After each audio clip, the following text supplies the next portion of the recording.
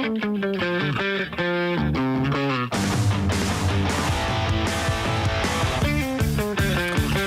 오늘도 중요한 뉴스들 먼저 만나보겠습니다. 오늘의 커버 스토리 박상현 아나운서 스튜디오에 나와 있습니다. 어서 오십시오. 네, 안녕하세요. 박상현입니다. 네, 정말 온 국민이 슬픔에 빠져 있어요. 우리 박상현 아나운서도 아이가 있잖아요. 네. 어린 아이가 있는데 21년생 이런 아이들의 맞습니다. 희생을 들으면 온 국민이 정말 가슴 아파하고 있습니다. 국가 애도 기간으로 선포가 됐는데 네. 자, 제대로 애도하려면 정확히 사고의 원인과 상황은 이해하고 알아야 됩니다. 그렇죠.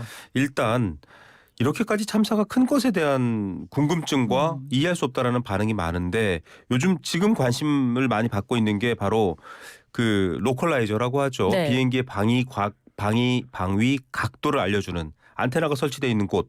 이 둔덕 때문에 사고가 크다라고 하잖아요. 그렇습니다. 그런 지적이 나오고 있습니다. 무안국제공항에 설치된 방위각 시설 로컬라이저와 이를 지지하기 위해 지상으로 돌출된 형태로 만들어진 콘크리트 구조물 둔덕이 참사 규모를 키웠다는 지적이 계속해서 제기되고 있습니다. 무안국제공항과 국토부에 따르면 여객기의 착륙을 돕는 역할을 하는 안테나인 로컬라이저와 콘크리트 둔덕은 공항 활주로 끝에서 250m가량 떨어진 비활주로에 설치돼 있었는데요. 이 중 콘크리트 둔덕은 2m 높이로 흙더미로 덮여 있었습니다. 로컬라이저까지 포함하면 모든 구조물은 4m 정도 높이에 해당하는 것으로 알려졌습니다. 이렇게 지상으로 몇 미터가 돌출된 콘크리트 둔덕에 여객기가 충돌하면서 피해가 커졌다는 주장입니다. 네, 항공 관련된 전문가들의 얘기가 만약까지 준비되어 있는 게 항공기다라고 하는데 네. 그런 이유 때문에 사실 착륙 주변에는 만약을 대비해서 뭔가가 없어야 된다 이런 얘기인데 이런 주장을 지금 외국 항공 전문가들이 주로 많이 얘기하고 있다고요? 그렇습니다. 로컬라이저 구조물이 금속 형태가 아닌 콘크리트의 돌출 구조로 만들어지는 건 매우 드물다면서 사고기 파손을 키웠다고 보는 시각이 있는 건데요. 항공 전문가인 데이비드 리어마운트는 승객들은 활주로 끝을 조금 벗어난 곳에 있던 견고한 구조물에 부딪혀서 사망했는데 원래라면 그런 단단한 구조물이 있으면 안 되는 위치였다고 주장했습니다. 그러면서 비행기는 활주로를 미끄러지며 이탈했는데 이때까지도 기체 손상은 거의 없었다며 항공기가 둔덕에 부딪혀 불이 나면서 탑승자들이 목숨을 잃었다고 덧붙였습니다. 네, 사고가 나는 충격적인 장면들은 보도 화면을 통해서 많이들 보셨습니다. 저게 네. 없었더라면이라는 생각들은 많은 분들이 하셨기 때문에 전문가들도 이런 주장을 하는 건데 이게 기준이라든지 규정이라든지 이런 것과 관련해서는 다른 판단할 수 있는 부분이 있습니까? 이게 공항 안전 운영 기준과 국토교통부 예규 항공 장애물 관리 세부 지침에서 충돌 시 비행기에 심한 손상을 야기하는 돌출되거나 단단한 시설물의 설치를 지양해야 한다. 이런 규정이 확인이 됐습니다. 공항 측의 관리 책임도 불거질 수 있는 상황인데요. 공항 안전 운영 기준 제41조 포장구역의 관리 1항에 따르면 공항 운영자는 공항 포장 지역 활주로 와 비포장 지역 비활주로 사이에 7.5cm 이상의 단차가 생기지 않도록 관리해야 한다고 돼 있습니다. 네. 국토교통부 예규 항공장애물 관리 세부 지침 제25조는 말씀드린 것처럼 로컬라이저 등 장애물이 될 수 있는 공항 장비와 설치물은 항공기가 충돌했을 때 최소한의 손상만을 입히도록 해야 한다고 규정하고 있습니다. 다시 말해서 콘크리트와 같은 단단한 설비는 지양해야 한다는 뜻으로도 해석됩니다. 한편 주종환 국토교통부 항공정책실장은 어제 브리핑에서 로컬라이저 설치 기준 등과 관련한 질문에 정해진 규격은 없고 규정을 어기지는 않았다면서도 정확한 규정은 알아보겠다 이렇게만 밝혔습니다. 규정도 확인해야 되겠습니다만 아이 키우는 집에는 바닥에 온통 매트를 깔거든요. 아이가 항상 넘어지기 때문이 아닙니다. 넘어질 수 있는 상황을 그것까지 고려해서 가는 건데요. 그렇죠. 이런 입장으로 국민들께 답변을 하면 국민들의 분노가 더 커질 것도 같고요. 유족들도 지금 굉장히 안타까운 상황인데요. 박한신 제주항공 여객기 참사 유족협의회 대표가 정부에서 하는 말 믿지 않겠다라고 할 정도로 지금 이 희생자들에 대한 여러 가지 조치가 좋지 않다라는 얘기도 있는데 시간도 오래 걸릴 것 같고요. 그렇습니다. 탑승자 181명 중 179명이 희생이 됐죠. 이 가운데 지금까지는 146명의 신원이 확인됐고요. 33명에 대해서는 DNA 분석과 지문 채취 작업이 병행되고 있습니다. 경찰은 온전치 못한 시신에 대한 DNA 검사에는 열흘이 걸릴 것이라고 밝혔는데요.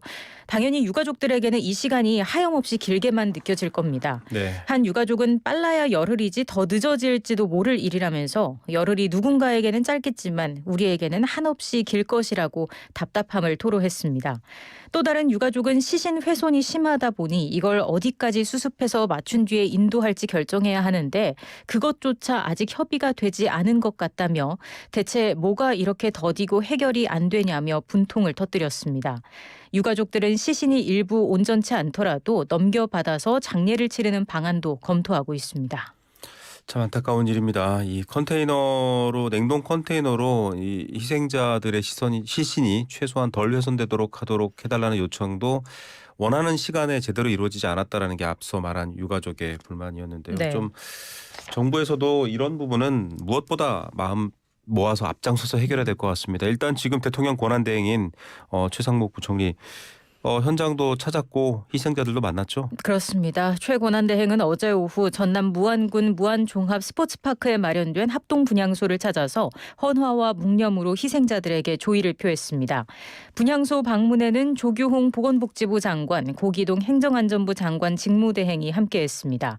최 대행은 조문록에 안타깝게 돌아가신 179분을 기억하고 더 안전한 나라를 만드는 데 전력을 다하겠습니다라고 적었습니다. 조문을 마친 최 권한대행은 무안국제공항으로 이동해 유가족 대표들과 비공개 면담했는데요.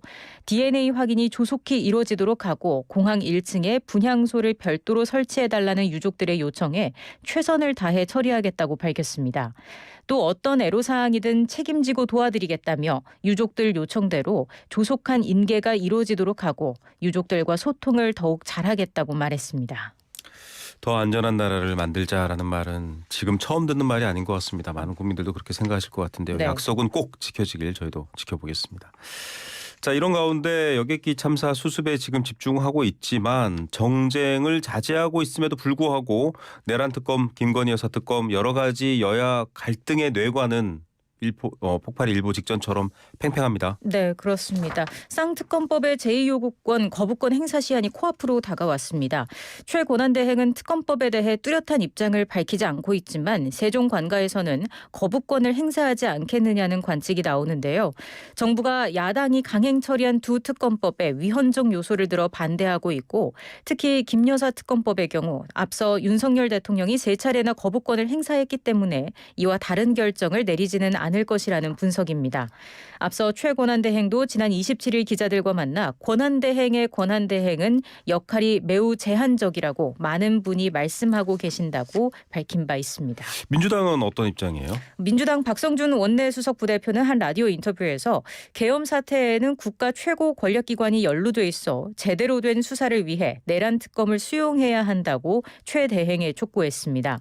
또 헌법재판관 9인 체제라는 탄핵 심판의 절차적 구성을 위해 국회 추천 헌법재판관 3명을 임명하는 것 또한 최 대행의 당연한 의무라고도 강조했습니다. 다만 임명 시한을 못 박지는 않겠다고 했는데 탄핵 공세보다 참사 수습을 우선해야 한다는 당 안팎의 여론이 반영된 것으로 보입니다. 더불어민주당은 최 대행이 쌍특검법의 거부권을 행사해서는 안 된다는 기존 입장에는 변화가 없지만 제주항공 참사로 이전처럼 탄핵 카드를 꺼내들기는 어려운 상황으로 보입니다. 제주항공 여객기 참사 와중에 재난 컨트롤 타워를 흔드는 모습으로 보일 경우 여론의 역풍에 맞닥뜨릴 수 있다는 점을 고려하지 않을 수 없기 때문입니다. 네, 국민의힘은 계속 같은 입장인데요. 쌍특검법도 헌법재판관 임명 모두 반대 입장이잖아요. 맞습니다. 박형수 원내수석 부대표는 라디오 인터뷰에서 최 대행이 그동안 국무회의에 참여해왔기 때문에 쌍특검의 위헌성을 잘 알고 있을 거라며 제2요구권을 행사할 것으로 내다봤습니다.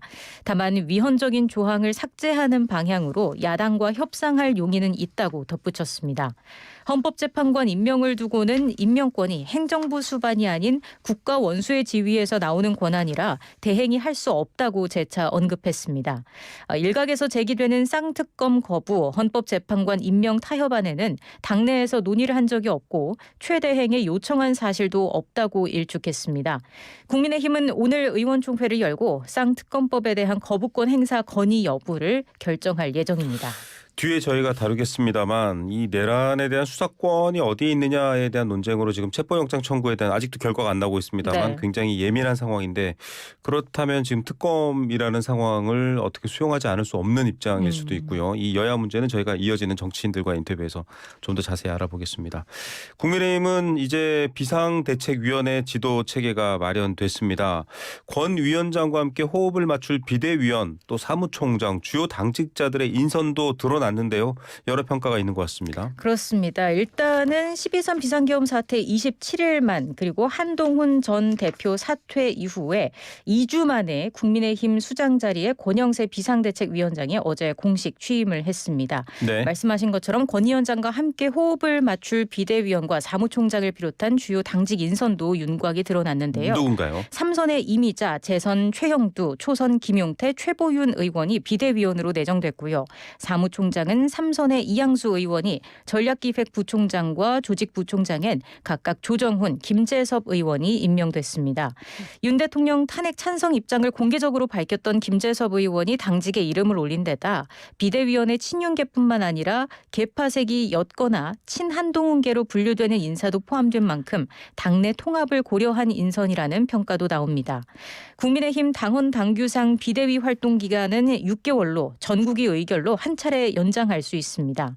권영세 비대위는 탄핵 국면에서 격화된 당 내홍을 수습하고 탄핵과 특검을 고리로 한 야당 공세에 대응해야 하는 어려운 과제를 안게 됐습니다. 오늘 상임전국위원회에서 비대위원 임명안이 의결되면 공식 출범하게 됩니다. 네, 공수처를 우선으로 한 공조본이 윤석열 대통령에 대한 체포영장 청구를 했습니다. 서울 서부지법에 청구를 했는데 윤 대통령 측이 지금 법원에 즉각 의견서를 제출했어요. 빠른 대응이네요. 맞습니다. 윤 대통령 측 윤갑근 변호사는 어제 공조본이 청구한 체포영장에 대한 의견서와 변호인 선임계를 법원에 제출했습니다. 8쪽 분량의 의견서에는 권한이 없는 기관에 의해 부당하게 체포영장이 청구돼 각하해야 한다거나 형사소송법상 청구 요건이 맞지 않아 기각돼야 한다는 내용이 담긴 것으로 전해졌습니다. 윤 변호사는 직권남용 혐의로 내란죄와 관련성을 주장하는 건 꼬리에 대한 권리로 몸통에 대한 권리를 말하는 것과 같다며 공수처에 수사권이 없다고 거듭 강조했습니다. 지금이라도 자진 출석할 의사가 있느냐는 질문엔 내란죄의 국헌문란 목적이나 폭동이 전혀 없는 상태에서 무조건 수사를 진행하는 게 옳은지 판단해야 한다며 사실상 불응할 뜻을 내비쳤습니다. 네. 이어 사건 진상이나 사실관계는 헌법재판을 통해 충분히 규명될 수 있을 거라고 덧붙였습니다. 법원은 양측의 주장을 모두 따져보고 윤 대통령의 내란 혐의를 공수처가 수사하는 게 적법한지에 대한 판단도 내릴 것으로 보입니다. 만약 공수처의 수사권이 없다고 판단한다면 체포영장이 기각되거나 각하될 가능성이 있습니다. 반면에 수사권이 있다고 판단하면 법원은 윤 대통령을 체포할 필요성이 있는지를 따져볼 텐데요. 범죄를 저질렀다고 의심할 상당한 이유가 있는지 정당한 이유 없이 출석 요구에 응하지 않거나 불응할 우려가 있는지 등이 발부 기준이 되고요. 범죄의 경중, 증거 인멸 우려를 종합적으로 고려해서 결정하게 됩니다. 네, 아직 법원의 판단은 안 나오고 있는 상황입니다. 이 수사권이 없지 않느냐라는 주장에 대해서 또 특검도 준비되어 있고요. 좀 상황을 더 지켜봐야 될 것 같습니다. 네. 그리고 안타까운 사고가 또 있었습니다. 충남 서산에서 선복 전복 사고가 있었습니까? 맞습니다. 충남 서산시 고파도 인근 해상에서 7명이 탄 것으로 추정되는 83톤급 선박이 전복돼서 해경이 구조 수색 작업을 벌이고 있습니다. 이런 가운데 실종자 1명이 심정지 상태로 발견됐습니다. 네. 태안해양경찰서에 따르면 오늘 오전 4시 30분쯤 실종자 중 선장인 70대 남성 1명이 심정지 상태로 구조됐습니다. 현재까지 남은 실종자는 4명입니다.